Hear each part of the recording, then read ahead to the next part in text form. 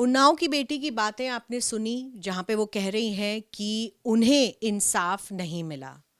अब एक और बेटी सामने आकर वही बात कह रही है कि उन्हें भी कोर्ट से इंसाफ नहीं मिल पा रहा है। हम बात कर रहे हैं ऐश्वर्या सेंगर के साथ, जो कुलदीप सिंह सेंगर की बेटी हैं और इस केस को पहले से देखती आई हैं। कुलदीप सिंह सेंगर की दो बेटियां हैं, उनमें से एक आप हैं जो लगातार इस केस में आगे आकर बोल रही हैं।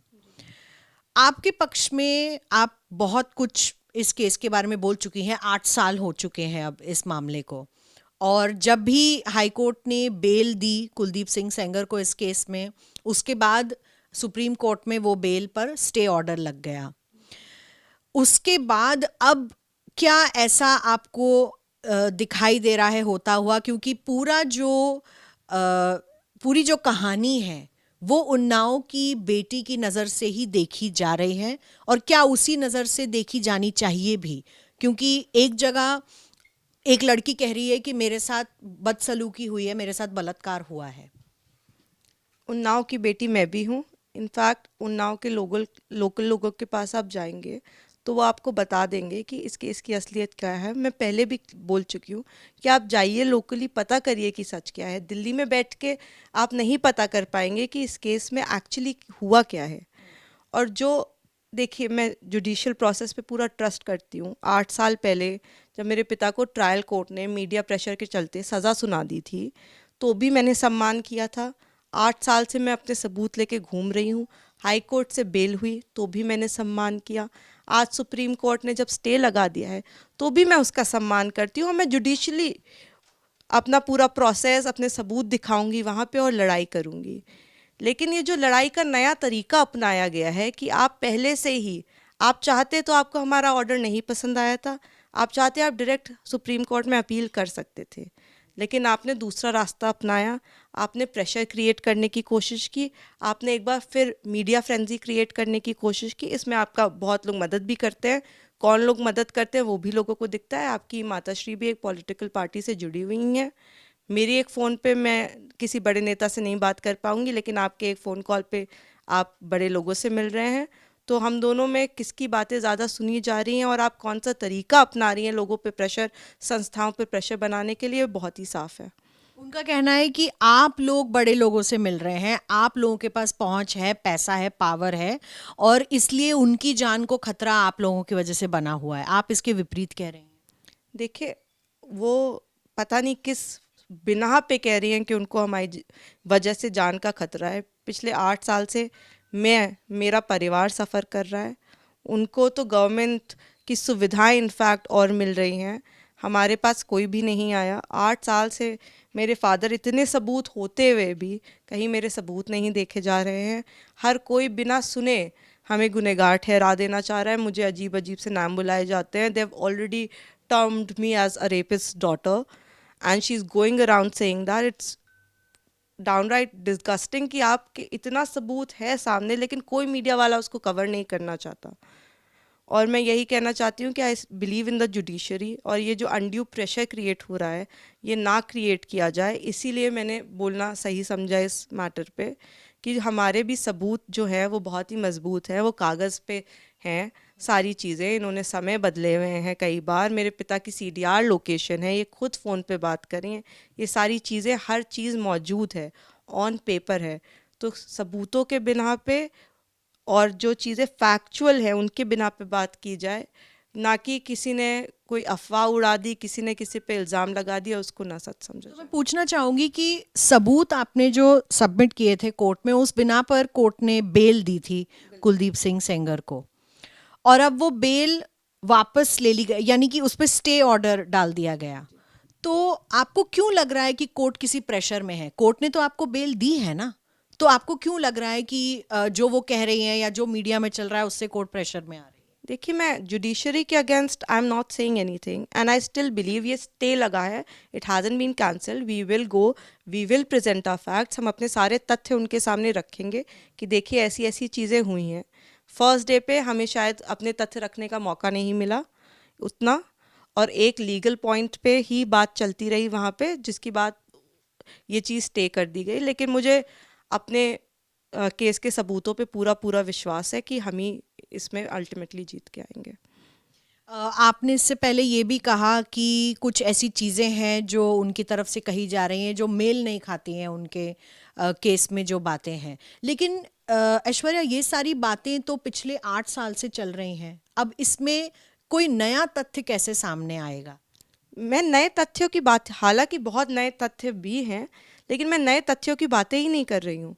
मैं उन्हीं तथ्यों की बातें कर रही हूँ जिनको लेके हम 8 साल पहले ये केस लड़े थे। मैं साफ बोलती हूँ कि मीडिया प्रेशर था, मीडिया ट्रायल हुआ, मेरे सबूत अनदेखा किए गए। हम बहुत उम्मीद से हाई कोर्ट आए, 8 साल से हम अपने सबूत लेके घूम रहे हैं सुनवाई के लिए। अलग अलग तरीके, अलग अलग हथकंडे अपनाए जाते हैं कि हमारी सुनवाई ना हो पाए, और फाइनली जब हमारी सुनवाई हुई और हमको बेल मिली तो इस तरह के घटिया इल्ज़ाम जुडिशरी पे इनके द्वारा डायरेक्ट लगाए गए। मेरी पर्सनल लाइफ पे इन्होंने हर चैनल पे बैठ के कमेंट किया है। इनफैक्ट ये जो क्या कहते हैं, आपने खुद देखा होगा कि कोर्ट में बहस हुई कि ये 15 साल 10 महीने की थी जब ये घटना हुई। कल ये एक मीडिया चैनल पे बैठ के बोल रही थी कि ये 17 साल की थी। तो मैं इनसे खुद बोलना चाहती हूँ कि आप पहले खुद डिसाइड कर लीजिए, आप एक वर्जन पे स्टिक कीजिए, क्योंकि आपने ना ट्रायल कोर्ट में जब अपना बयान दिया तब एक वर्जन पे आप थे, और ना ही जब आप अभी बयान दे रहे हैं अलग अलग चैनलों पे बैठ के जाने किस तरह की बातें कर रहे हैं, तो आप एक बयान पे टिकी हुई हैं। आप पे पर्सनल अटैक्स भी हुए हैं, आप कह रही हैं? मेरे ऊपर इन्होंने हर न्यूज़ चैनल, मीडिया चैनल में बैठ के पर्सनल अटैक्स किए हैं। मेरी प्राइवेट लाइफ, मेरी पर्सनल लाइफ की बातें बोली हैं। मेरी शादी कब हुई, मेरी शादी किससे हुई, मैंने इनके ऊपर आज तक कोई पर्सनल अटैक नहीं किया। बट इट्स डिस्गस्टिंग टू सी जो ये मेरे साथ कर रही हैं, नॉट रियलाइजिंग कि अगर आप देश की बेटी हैं, अगर आप क्लेम कर रहे हैं कि आप देश की बेटी हैं, तो दूसरी तरफ जिसके बारे में आप बात कर रही हैं वो भी देश की ही बेटी है। लेकिन देखिए ना, वो एक ऐसे जगह से आती हैं, आप एक राजनीतिक घराने से आती हैं, और दिखाई यही दे रहा है कि आप पावर की सीज पर से ज़्यादा नज़दीक हैं उनसे ज़्यादा।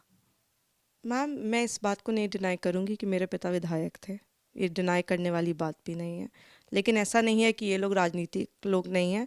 2022 में मैंने आपको बताया कि इनकी मदर विधानसभा चुनाव लड़ी थी, कोई छोटी चीज़ नहीं है।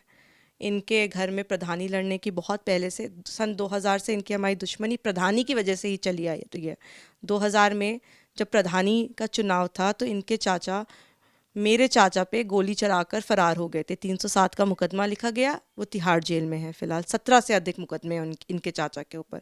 तो ये सब फैक्चुअल चीज़ें हैं, ये सब ऑन पेपर चीज़ें हैं। तो आप नहीं झुटला सकते कि आपकी मेरे परिवार से दुश्मनी 2000 से है, और आपका परिवार भी राजनीति में है 2000 से, आपका परिवार राजनीति करना चाहता है 2000 से, प्रधानी की वजह से आपकी हमसे लड़ाई है सन 2000 से। तो ये सब चीज़ें आप छुपा और झुटला नहीं सकती हैं, क्योंकि ये सब चीज़ें कागज़ पे मौजूद हैं। आपने बहुत टाइम तक साइलेंस यानी कि मौन मेंटेन किया, आपने रखा। अब ये जो चीज़ें हुई, जो रेप पीड़िता हैं वो इंडिया गेट पर बैठी, उन्होंने आवाज़ उठाई, कुछ जो सोशल एक्टिविस्ट थे वो भी उनके साथ बैठे। क्या इस वजह से आपको भी अपना मतलब बात सामने रखने का थोड़ा वो इस वक्त महसूस हुआ कि मुझे भी अपनी बात सामने रखनी पड़ेगी? मैम, मैं पहले समझती थी, सच में मैं पहले समझती थी कि हमारे पास इतने फैक्ट्स हैं, इतने सबूत हैं कि हमें शोर मचाने की शायद ज़रूरत ही नहीं है। लेकिन मैंने जब आज महसूस किया कि पूरे देश में एक ऐसा नैरेटिव बना दिया गया है कि हम समाज में कैसे जी पाएंगे, हमें इतने गंदी तरह से प्रेजेंट किया जा रहा है, तो बहुत ज़रूरी है अब सबके सामने अपना सच रखना कि जो चीज़ें ये बोल रही हैं वो सच्चाई नहीं है। आप दूसरा भी पक्ष जानिए कि दूसरा पक्ष क्या है, और क्या इनके मुंह से निकली हुई बातें सच्ची हैं, उनमें कितनी सच्चाई है। आप इनसे मांगिए ना सबूत कि किसी चीज़ का ये सबूत दे दें। इनके पास एक भी कागज़ नहीं होगा इनकी कोई भी बात बैक करने के लिए, और मैं जो हर बात अपने मुंह से निकालूंगी मैं उसके लिए आपको प्रमाण देने के लिए रेडी हूँ। तो आप आज भी मानती हैं कि कुलदीप सिंह सेंगर एकदम निर्दोष हैं, उन्होंने कुछ नहीं किया है? मैम, जिस चीज़ का मुकदमा मेरे पिता पे चल रहा है उसमें पूरी तरह से निर्दोष हैं। उन्होंने इनकी तरफ आंख उठा के भी नहीं देखी है। He has never even seen the girl. He said it in open court to the जज ऑल्सो कि मेरे अगर कोई टेस्ट हो आप मेरा करा लीजिए, जैसे भी होता। And I would like to add to this कि there is no medical evidence in this case as being said in the media, there is no medical evidence, कि जो फैलाया जा रहा है कि मेडिकल एविडेंस नहीं होगा। तो इसमें पॉक्सो में कन्विक्शन है, सिर्फ इनकी टेस्टिमनी के बेसिस पे हमें कन्विक्शन है। There is no other proof other than the testimony of the complainant. और कंप्लेनेंट की टेस्टिमनी में कितनी ब्लेमिशेस हैं, कितने उन्होंने स्टेटमेंट्स बार बार बदले हैं, ये मैं बता चुकी हूँ, ये लोगों के बीच में है। तो इस तरह में क्या मेरे पिता को सज़ा होनी चाहिए थी, इसमें आप लोगों को भी विचार करना चाहिए, क्योंकि आज मेरे फादर के साथ हुआ है और कल किसी के साथ भी राजनीतिक कारणों के साथ कोई कुछ भी कर सकता है। और हम सच में उम्मीद कर रहे थे कि शायद पिछले 8 सालों में जो हम निरंतर प्रयास कर रहे हैं उसका फल हमें मिलेगा, तो लोग समझेंगे कि हाँ, हम जुडिशरी का रास्ता हमने अपनाया, हमने कभी कोई धरना प्रदर्शन नहीं किया, कहीं जाके किसी के बारे में कुछ बुरा नहीं बोला, तो हम एक सही रास्ते पे ही चल रहे थे और चल रहे हैं। लेकिन अब हमें लगा कि लोगों तक हमारी बात पहुंचनी बहुत ही ज़रूरी हो चुकी है। अब क्या उम्मीद बाकी है आपको इस केस से? क्योंकि आप देख चुकी हैं, आप कह रही हैं कि एक तरीके से एक साइड से बात हो रही है, जुडिशरी पर आप कह रही हैं आपका विश्वास है, लेकिन अब 1 महीने बाद की डेट आने वाली है दोबारा। अब क्या उम्मीद आप लगाए बैठी हैं इस केस से? मैम, मुझे पूरी उम्मीद है कि इस केस में तो मुझे आज नहीं तो कल न्याय तो ज़रूर मिलेगा। लेकिन मैं आप लोगों के बीच में इसीलिए आई हूँ कि जब तक वो न्याय मिले तब तक बहुत देर ना हो जाए।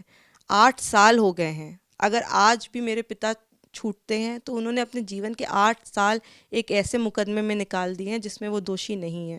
तो ये सोचने का विषय है। मैं चाहती हूँ उसमें जल्दी हर चीज़, अपील हमारी जल्दी सुन ली जाए, और मुझे विश्वास है कि सुप्रीम कोर्ट जब बाकी चीज़ें भी कंसिडर करेगा, उसके सामने बाकी चीज़ें रखी जाएंगी जो कि इस केस में प्रेजेंट है, जो कि सारे फैक्ट्स रखे जाएंगे, तो फैसला हमारे हक में ज़रूर होगा।